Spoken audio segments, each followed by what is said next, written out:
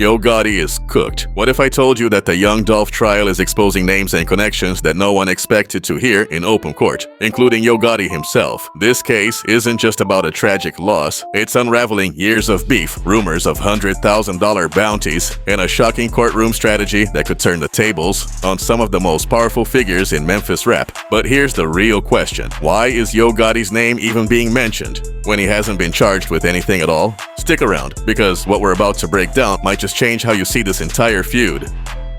To really understand why Yo Gotti's name keeps surfacing, you have to go back to where it all began. Adolph Thornton Jr., better known as Young Dolph, wasn't just another rapper chasing a deal. He was building his own empire. Literally, his independent label, Paper Route Empire, became his pride and joy. It gave him control, ownership, and the ability to put other artists on without relying on anyone else. But independence comes with enemies. Around the same time, Yo Gotti was running CMG, Coca-Cola Music Group, and he wanted Dolph on the roster. For Gotti, signing a buzzing Memphis talent like Dolph would have been a win. But when Dolph refused to sign and instead doubled down on his self-made path, he unknowingly lit the fuse of a rivalry that would only grow darker. Diss tracks followed. Public shots were fired. Rumors of street tensions started circling. What started as a business disagreement turned into a grudge that spilled into the streets of Memphis. And in the world of hip-hop, beef isn't just music. It's money, pride, and power. And that's a dangerous combination. Fast forward a few years, and the beef between PRE and CMG wasn't just words anymore.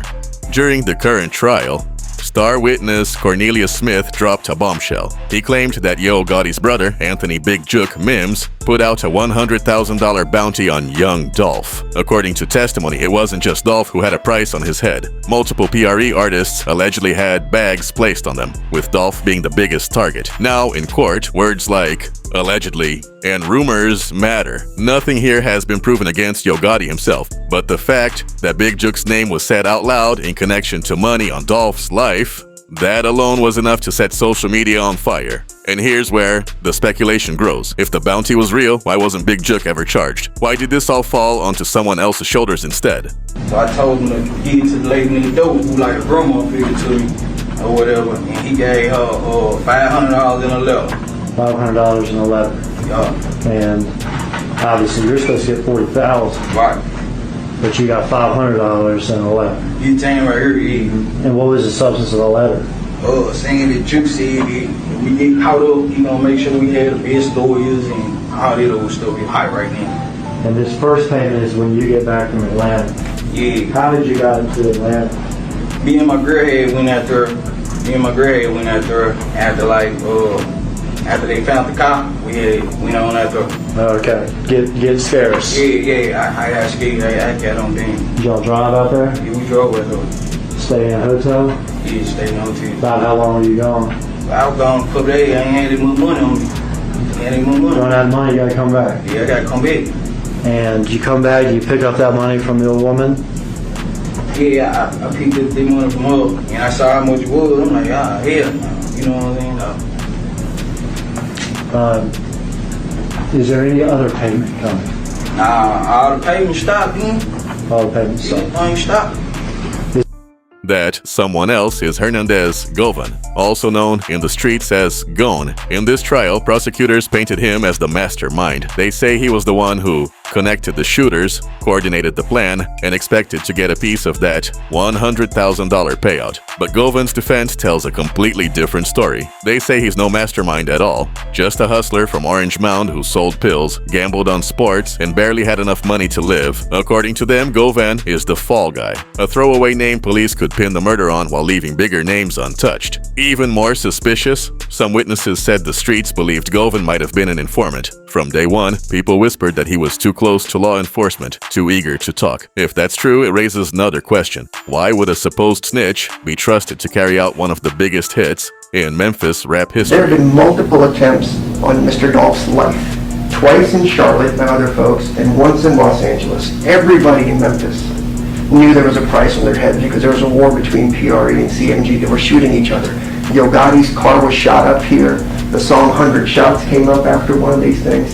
There's a rivalry going on and people have been shooting. The police went through this. They know this. They also pulled YouTube videos where people are openly threatening to kill Dolph.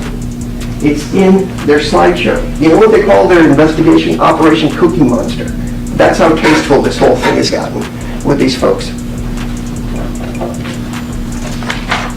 I'm sorry, my arm is shaking because I'm so furious that we're here as far as the trial goes.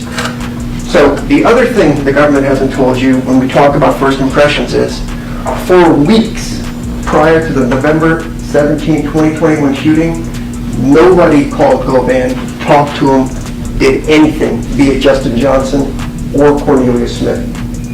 What Cornelius will tell you, which the government didn't tell you, is that morning, it was Cornelius's daughter's birthday. But he gets a call from Justin Johnson and says, I got a car, let's go do something. They get in the car and they start driving around just looking for somebody to kill. They just happened to see Young Dolph's car going by. And they opened fire. And they killed him. And the interesting thing is, even though nobody communicated with Govan for weeks prior to this, they didn't talk to him that morning. He didn't help him get the car. He didn't help him escape. He didn't tell him what to do. He didn't tell him where to go. He didn't do anything. It was a spontaneous issue between two young men that morning. They shot him. And you know why there's no plan? Because they just start calling random people after the shooting. They don't call Govan. They have to go someplace to get bandaged up as far as that goes. The people that help them never been charged as accessories to anything.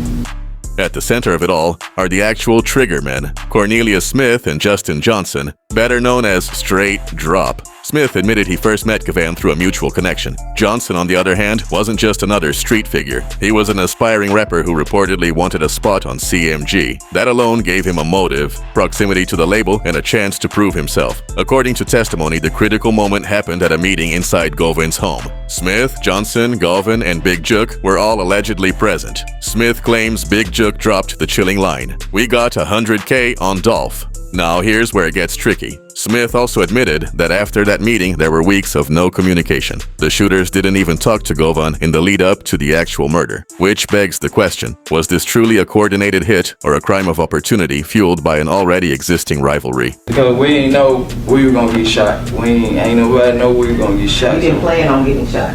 No man, that wasn't part of the plan. That you all pulling off in the white Jeep. Yes, mama. We see someone in the frame in the shot coming out and shooting as well. Yes, man. He had shot back at us, and I actually got hit twice. And where did you get hit? Got hit in my arm and on my leg. Did Justin sustain any injuries? He got scraped on his back. What did you all do once you were here? Once we left the cookie shop, I was telling Justin I was hit. And he like, I'm hit too. He was driving, Justin was driving at the time, so I was asking him if he okay so we won't crash or anything, run into nothing.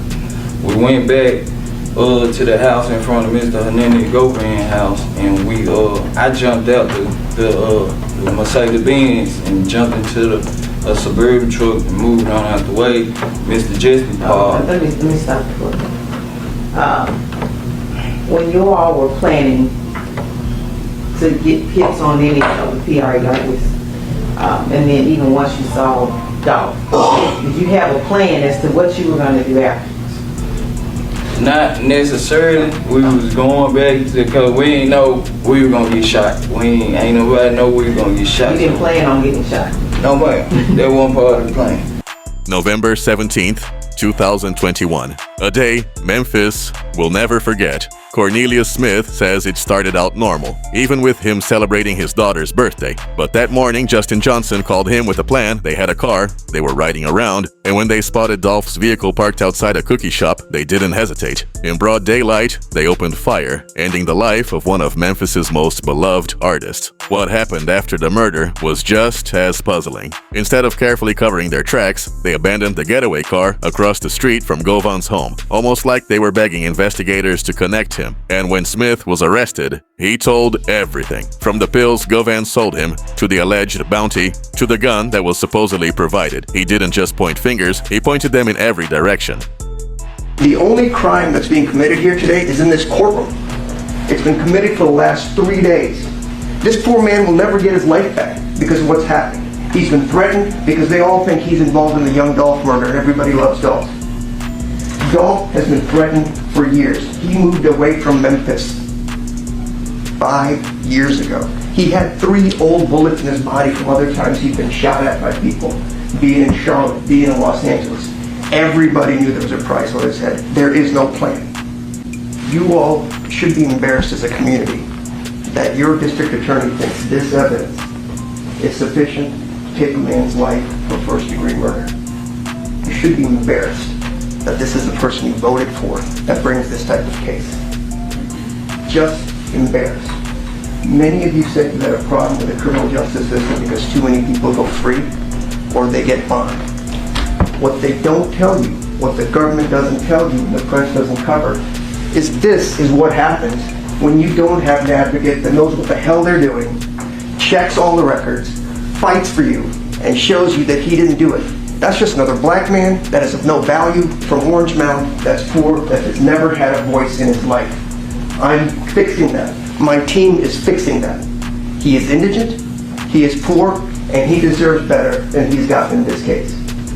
Inside the courtroom, the story splits in two. The prosecution says Govan was the orchestrator, the man who put it all together, who stood to gain from the bounty, and who knew exactly what he was doing. The defense fires back. Govan was a nobody, a scapegoat, a man the police could easily blame because going after CMG would have been too big, too messy, and too dangerous. And here's the part that stunned everyone. During opening statements, even the defense named Yo Gotti. Think about that. Most lawyers avoid dragging in powerful names unless they have to. But here, Gotti's name was spoken in court, tying him indirectly to the feud and the motive. It left everyone asking, was this a legal strategy or a dangerous gamble that might expose even more? One figure keeps reappearing in all of this, Big Jook. From court testimony to street rumors, his name hovers like a ghost over Dolph's murder. Multiple witnesses claimed he was the one who first mentioned the bag. He was allegedly present at meetings. His position as CMG's number 2 made him powerful, but also untouchable. And yet, despite years of suspicion, Big Jook was never charged. He lived free until 2024, when he was killed in Memphis. His death closed the door on questioning him further, leaving a trail of unanswered questions that prosecutors can now only try to piece together with witness statements. Here's where speculation takes over. Yo Gotti hasn't been charged. His name has only been mentioned in passing, as part of the feud's history. But the fact that court testimony tied his brother to the alleged bounty and mentioned CMG by name casts a long shadow. If Govan is convicted, many believe he could flip. And if he flips, speculation suggests he might bring Yo Gotti's name deeper into the case. Whether that would result in charges, no one knows. But the possibility alone has fans and bloggers buzzing. For CMG, the stakes are high. This isn't just about music anymore. It's about survival, both in the streets and in the courts. The Young Dolph trial isn't just another case. It's a story of pride, independence, power, and tragedy. A story where music industry rivalries spill far beyond diss tracks and into real-life consequences. And while we may never know the full truth about who knew what, or who really gave the order, one thing is certain: Memphis will never be the same. So I'll leave you with this question. Do you think Yo Gotti knew about the alleged bounty? Or was this all Big Jook acting on his own? Drop your thoughts in the comments, because this conversation is just getting started.